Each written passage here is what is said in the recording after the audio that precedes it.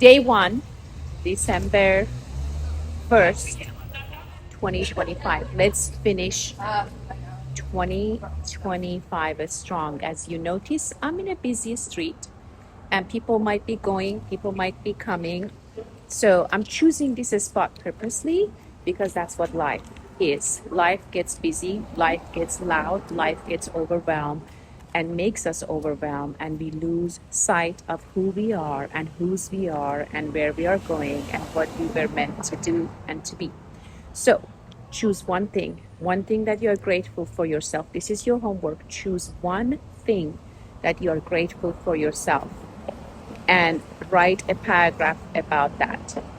One thing you are grateful for today about you. This is about you that you're proud of, and ignore all the loud noises that you might be seeing, you might be hearing. Tune into your heart. This is about you.